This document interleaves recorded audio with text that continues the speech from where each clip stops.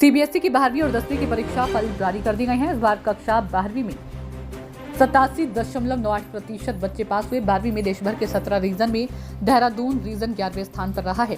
Dehradun reason का परिणाम 83.83% रहा, जो कि बीते वर्ष के मुकाबले 3% तक बढ़ा है। प्रदेश के सभी स्कूलों में रिजल्ट संतोषजनक है। बच्चों में अपनी परीक्षा परिणाम के लिए उत्साह नजर आ रहा है। इस दौरान देहरादून के स्कूलों में बच्चे अपने अभिभावकों के साथ पहुंचकर अच्छे परीक्षा परिणाम की खुशी और मेहनत जाहिर की, तो वहीं परिजनों में अपने बच्चों के लिए गर्व नजर आया। दून इंटरनेशनल स्कूल के प्रिंसिपल डॉक्टर दिनेश बरतवाल ने बताया कि परीक्षा कठिन होने के बावजूद रिजल्ट काफी संतोषजनक है। हम बच्चों के उज्जवल भविष्य के लिए कामना करते हैं। एक्चुअली मैं एक नेशनल बास्केटबॉल प्लेयर हूँ। मैंने उत्तराखंड के लिए खेला है, तो फिर मैंने पूरे साल I have only played and basketball ही खेला है पूरे साल। पढ़ाई हर दिन एक एक घंटा स्टिल आई स्कोर 92% अभी। एंड बस लाइक ये ऐसा कुछ नहीं होता है। Like I just want to tell the sports persons कि जैसे पेरेंट्स सोचते हैं कि या तो बच्चे से खेल सकता है या तो पढ़ सकता है, बट द थिंग इज अगर बच्चे का मन है खेलने का, so the kid can play and even study at the same time. अच्छा, तो आपको भी रहा कैसे सपोर्ट मिली? हमेशा मैंने 7 ईयर से बास्केटबॉल खेल रही हूँ। जैसे मैंने बताया नेशनल खेला है, तो मेरे पेरेंट्स को था कि हाँ पास हो जाएगी, 80 अब आ जाएगी, क्योंकि मैंने बिल्कुल स्टार्टिंग में दे वर लाइक कि पढ़ाई करो, गेम छोड़ दो। बट अभी उन्होंने रिजल्ट देखा, दे वर वेरी सैटिस्फाइड। 12th के बाद अब क्या सोचा है? 12th के बाद I will get into DU और something, and political science honours करना है। उसके बाद इंटरनेशनल रिलेशंस करना है। तो पेरेंट्स के बारे में मेरी मम्मा इसी स्कूल में टीचर है, पीछे खड़ी है, यहीं पे टीचर है, एंड मेरे पापा बिजनेसमैन। फैमिली मेंबर का किस तरह का सपोर्ट रहा?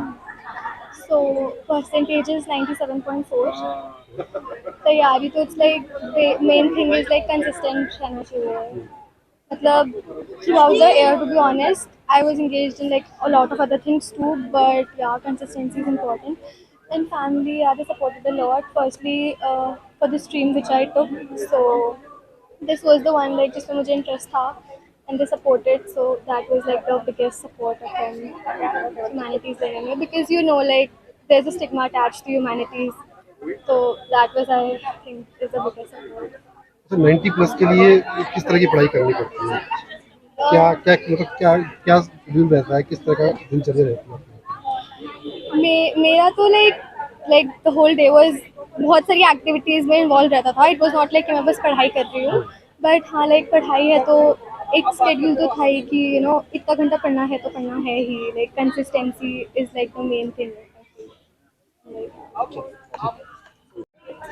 अपना नाम बताइए। जी सर, मैं चंपा रावत और मैं अनन्या की मदर हूँ और मैं यहाँ पढ़ाती हूँ। ठीक है मैम, हम ये जानना चाहेंगे कि जब 12th की बात आती है तो पेरेंट्स का एक बड़ा दबाव रहता है कि बच्चे पढ़ाई करें। ऐसा ही दबाव रखा है कैसे आप? नहीं सर, मैंने तो अपने बच्चों को बिल्कुल दबाव वाला तो सीन था ही नहीं, क्योंकि मेरी बेटी स्पोर्ट्स में भी है, तो उसी बीच में उसका नेशनल का भी आ गया। तो ये टीचर्स की गाइडेंस की बदौलत और कहीं ना कहीं बच्चे की भी है सर, तो और इसी की बजाय बदौलत आज बच्चे के अच्छी परसेंटेज आ गई है। और मैं तो टीचर्स को ही देना चाहूँगी, क्योंकि सर उसका खेल में भी और फिर पढ़ाई भी, तो दोनों थोड़ा मैनेज करना मुश्किल हो जाता था। बट सर दबाव वाली कोई बात नहीं थी, और मैंने उसको खेल में भेजे तो शायद वो एग्ज़ाम भी अच्छे से कर पाई।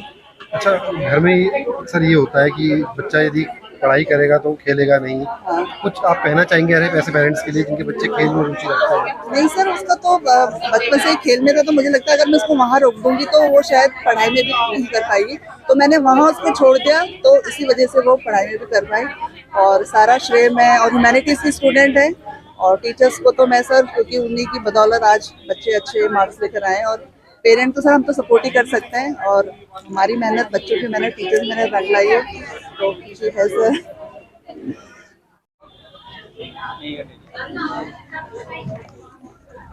बोले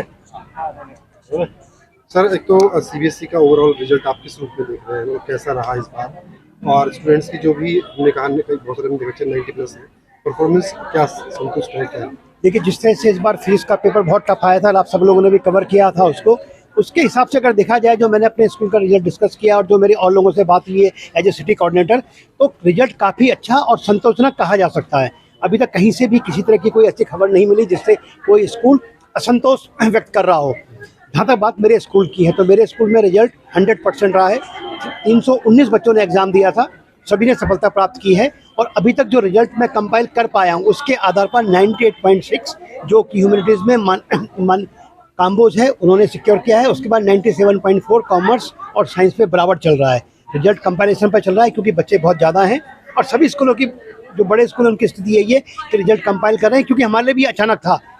हम तैयारी पे तो पूरे थे लेकिन रिजल्ट बहुत अच्छा है। और जिस तरह से संशय था कि फिजिक्स और मैथमेटिक्स के पेपर की वजह से बच्चों के मार्क्स कम आएंगे, मुझे नहीं लगता कि ऐसा कुछ हुआ। और जो रिजल्ट आया बहुत संतोषजनक मैं कह सकता हूँ। एक सिटी कोऑर्डिनेटर होने के नाते, एक दून इंटरनेशनल सिटी कैंपस के प्रधानाचार्य होने के नाते कहता हूँ कि रिजल्ट बहुत अच्छा है और बच्चों की आकांक्षाओं के अनुरूप।